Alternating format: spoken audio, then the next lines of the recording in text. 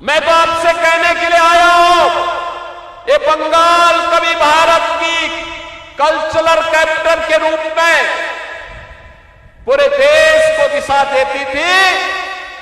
पहले कांग्रेस ने, फिर कम्युनिस्टों ने, और 15 वर्षों से टीएमसी ने पहचान का संकट खड़ा किया है।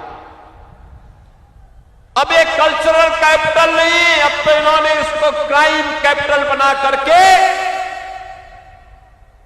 आपके सामने पहचान का संकट खड़ा किया है। याद करिए, बंगाल आजादी के बाद विकास के पथ पर आगे चल रहा था, देश की अर्थव्यवस्था का ग्रोथ इंजन था। उस समय बंगाल भारत की आवश्यकताओं की पूर्ति करता था, उद्योग धंधे थे, एक इकोनॉमिक लीडर के रूप में बंगाल की तूती बोलती थी। नौजवानों के लिए नौकरी भी थी तो रोजगार भी था, अन्नदाता किसान प्रसन्न था, मछली उत्पादन तेजी के साथ बढ़ रहा था, चावल का उत्पादन भी बंगाल के अंदर तेजी के साथ बढ़ रहा था।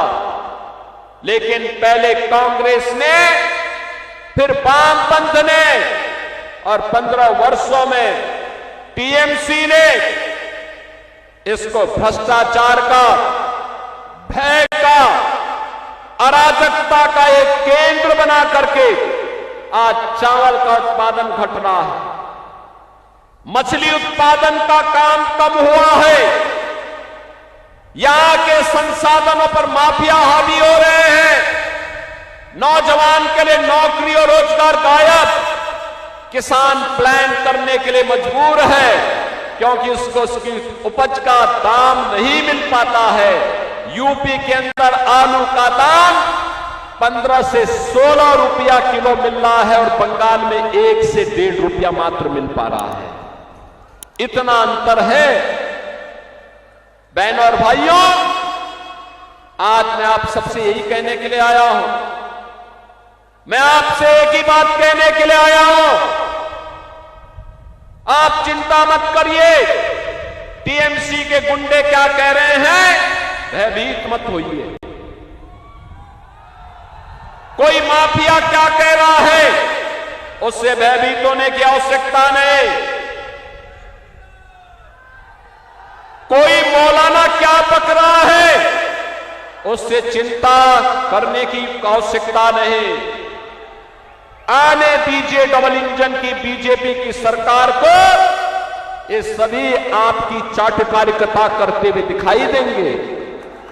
आपके लिए बंगाल की सड़कों पर झाड़ू लगाते हुए दिखाई देंगे ये सभी लोग, और इसलिए चिंता करने की आवश्यकता नहीं। देखो ना, यूपी में कितना परिवर्तन हो गया, वहां किसी सड़क पे कोई नमाज नहीं पढ़ सकता, नहीं पढ़ सकता।